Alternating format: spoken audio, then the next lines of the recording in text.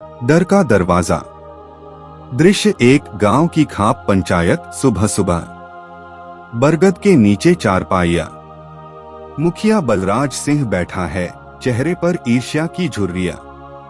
पंचगण सोहन, शेरा, captain Ranjit. सामने युवक रघुवीर खड़ा है, हाथ में एक फाइल और कुछ बैंक के कागज। गांव के कुछ लोग दूर खड़े हैं। बलराज सिंह खुले में चिल्लाते हुए, रघुवीर, तू हमारी खाप में शिकायत लेकर आया है कि हमने तुझे आगे नहीं बढ़ने दिया। तू फूटी कौड़ी था, आज थोड़ा बहुत पैसा कमा लिया तो अकड़ दिखा रहा है। हम तो तेरे भले के लिए रोकते हैं। रघुवीर शांत पर आंखों में आग। मुखिया जी, भले के लिए नहीं, ईर्ष्या के लिए।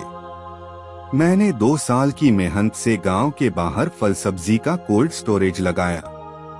आपने पंचायत से मुझे अनापत्ति प्रमाण पत्र एनओसी नहीं दी। कहा रघुवीर को बढ़ने मत दो, अन्यथा वह हमसे आगे निकल जाएगा। यह रही आपकी बैठक के मिनट्स। पंच रामलाल, जो अब यहाँ नहीं हैं, ने लिखी थी। चौधरी साहब को डर है कि रघुवीर सफल हुआ तो गांव में उसकी बात मानी जाएगी।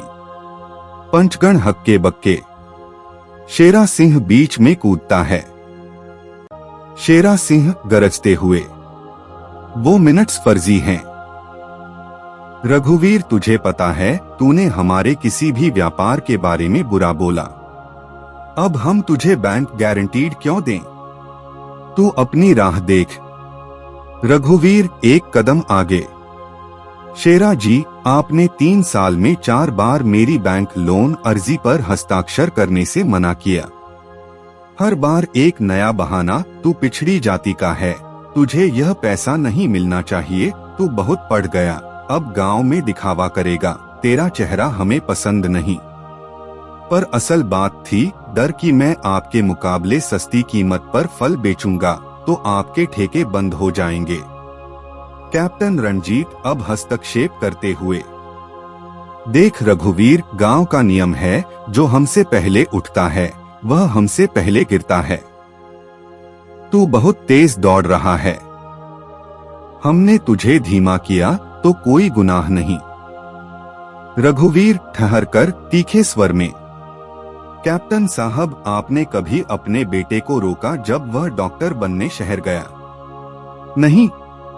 पर मेरी बहन ने सिलाई सीखने को कहा तो आपने उसकी मशीन जब्त कर ली। औरतें जरूरत से ज्यादा आगे निकल जाएंगी। यह डर नहीं, यह आपकी सोच की गरीबी है। बैंक के पेपर दिखाते हुए, यह देखिए, मैंने बिना आपकी अनापत्ति के कर्ज ले लिया। शहर के निवेशक ने दिया। अब मेरा कोल्ड स्टोरेज तैयार है। पर आपके डर और ईर्ष्या के कारण मुझे 1 साल का नुकसान हुआ। मांगता हूं उस नुकसान का मुआवजा। बलराज सिंह चौंक कर, तू हमसे मुआवजा मांग रहा है? खाप पर मुकदमा करेगा? रघुवीर शांति से, लेकिन लोहे जैसा। हाँ, क्योंकि यह खाप उन लोगों को पालती है जो दूसरों का विकास देखकर जलते हैं और रास्ते में पत्थर रखते हैं। फाइल से कागज उठाते हुए, यह रहा आपके बेटे का बयान। उसने खुद मुझे बताया था कि पिताजी ने कहा, रघुवीर की स्टोरेज की नींद रात में गिरा दो, फिर देखें कैसे बढ़ता है। मेरी नींद तो नहीं गिर पाई, पर आपके बेटे के 2 साथी पकड़े गए थे। थाने में रिपोर्ट है। अब बताइए, क्या यह डर है या अपराध? सन्नाटा। बलराज सिंह कांप रहा है। सोहन पंच उठकर बलराज से दूर हो जाता है।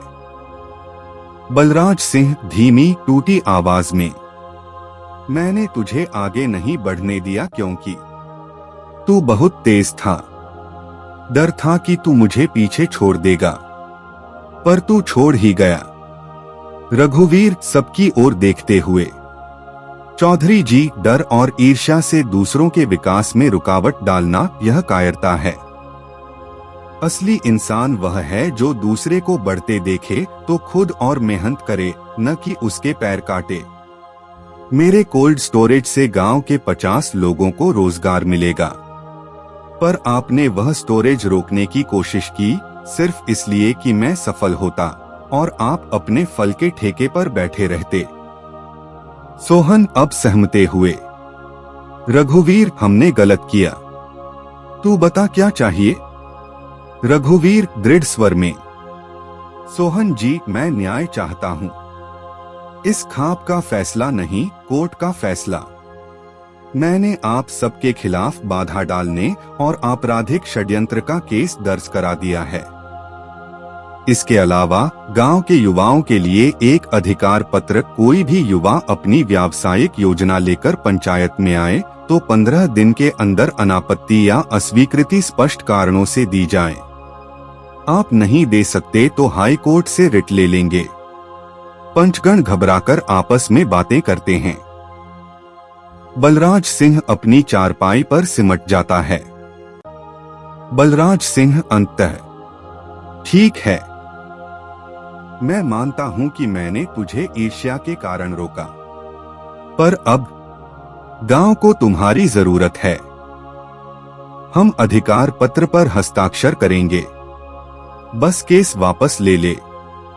रघुवीर एक लंबी सांस लेते हुए, चौधरी जी, केस वापस तभी होगा जब आप लिखित में गांव में घोषणा करेंगे कि किसी को डर या ईर्ष्या से आगे नहीं बढ़ाया जाएगा, और हर महीने खाप की बैठक में एक युवा प्रगति घंटा होगा जहां युवा अपने प्रोजेक्ट रख सकेंगे, वरना अदालत से तो और सख्त फैसला आएगा। बलराज सिंह सिर हिलाता है। सोहन और शेरा भी हाँ करते हैं। रघुवीर फाइल उठाता है। रघुवीर अंतिम संबोधन। जो लोग डर या ईर्ष्या से दूसरों के रास्ते में रुकावट डालते हैं, वे समय के साथ खुद अकेले रह जाते हैं। विकास का न्याय सबके लिए है। गांव आगे बढ़ेगा तभी जब हम एक दूसरे को बढ़ने दें।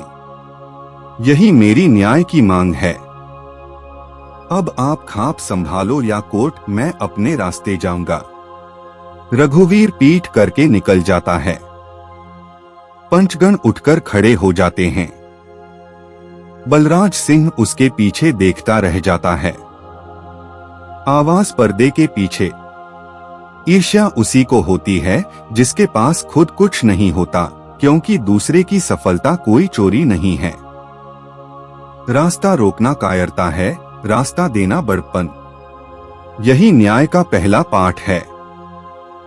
समाप्त।